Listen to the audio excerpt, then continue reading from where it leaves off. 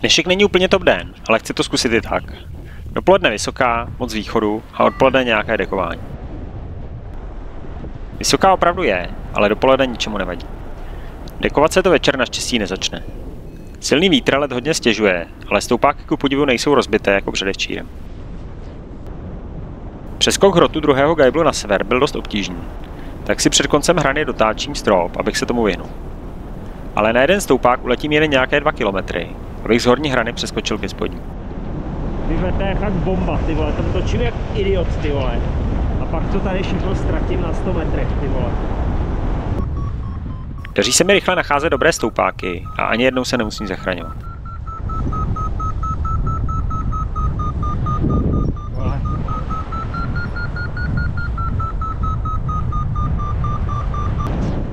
Dnes mi to dvakrát klape a druhý klapanec je tak nešťastný, že mi udělá uzlík na brzdě u ortokovky.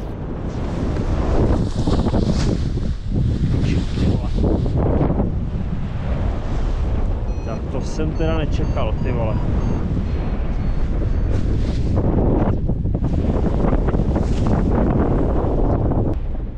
Zkouším pumpnout, stabilo, negativku, klapanec, ale uzlíku se nezbaví.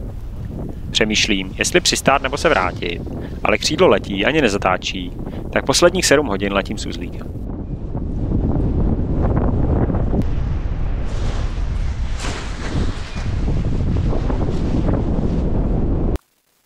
Když na severu otočím, tak mě začne nasávat údolí. 4kovým stoupákem, který tu je, proletím na speedu, protože považuji za důležitější dostat se před hranu, než nabrat výšku. Snos stoupáku je dnes opravdu velký. Při přeskoku ze 3. na 2. prst má málo výšky, ale naštěstí údolí dá a v jednom stoupáku se zvednu skoro 2500 metrů, až do základny ve 4600. Z 2. na 1. prst to beru s kratkou, nakonec údolí mezi nimi. Jsem tu nejníž, co jsem kdy byl, ale konec údolí mě naštěstí opět spolehlivě zvedá až nad náhorní plošinu, kterou tím pádem nemusím oblétat. Pak už to jde dobře až k začátku horní hrany. Daří se mi držet výšku a ve slábnoucích podmínkách využívat i stoupáky, o které bych přes den nezavadil. Na hranu se nikdy vlastně ani nenapojuji, neklesnu pod úroveň terénu. Místo slábnoucího severovýchodu, který večer obvykle bývá, je totiž sílící východ, který ráno v předpovědi ještě nebyl. U startu jsem s nějakou 400 metrovou rezervou a letím protáhnout na volné 3 kg. Tak dneska jsem to konečně zavřel. Na 3. pokus jsem uletěl nějakých 280 zhruba návrat a bylo to těžký teda, hlavně cestou tam asi, kdy bylo strašně východu a bylo těžký se prosadit. A potom další těžké místo bylo vlastně mezi 3. a 2. prstem, kde zase kvůli moc východu tak se nedalo vůbec protlačit. Klesl jsem to skoro až na podlahu, pak jsem vytočil stoupák snad kolik, 2,5 km, přes 2,5 km jeden stoupák a už jsem to skočil.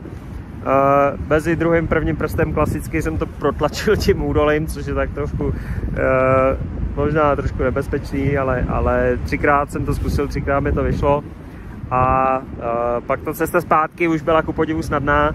Vlastně na hranu jsem se nikdy ani nenapojil, celou dobu letím nad ní, nikdy jsem neklesl prostě pod úroveň terénu a ke startu už jsem to doklouzl v pohodě. Teďko ještě si to trošku natahuju, říkám si, že by to mohlo hodit 3 kg, sice už neuzavřený, ale aspoň otevřený, tak uvidím, jestli to hodí, no, jak kam doletím. Asi budu se přeskakovat vodopád ještě, protože si nejsem jistý, že by to jenom bez vodopádu stačilo. Tak to zkusím ještě skočit, pak asi to skočím zpátky a zkusím se doplazit zpátky ke startu, ale nevím, jestli to je reálný. A 10 hodin ve vzduchu teďko za 8 minut, takže to už asi klapne. Tak to je rekord, další rekord, 4,5 km ve vzduchu byla základna dneska, takže dneska samý rekordy. Keňský rekord, vzdálenostní, bodový, časový, všechno. Vítr zesílil opravdu hodně, na nějakých 8 metrů za sekundu. Nikde to neklesá a stěží se prosazuje dopředu. Po návratu musím na 4krát spirálovat asi kilometr výšky. Na startě přistane, podle mě. Na startu přistát nejde. Než se srovnám na přistání, mám o nějakých 60 metrů víc. Zkouším uši se speedem, ale letí to na nich nahoru a dozadu. Se spiráluji proto pod hranu. Je to mentálně dost náročné. V Gčkách si člověk musí hlídat výšku i okolní prostor. Spirály nedělám až tak zřízlé, abych vše zvládl kontrolovat, tím pádem ale mají snos. Poslední spirála mě vyflusne v rotoru nad dráty a silnicí, ale aspoň to tu už nestoupá. Prokličkuji až nad fotbalové hřiště, kde tvrdě, ale bez následku přistávám. Je na celém letu bude nejtěžší dostat se na zem. To jsem fakt nečekal.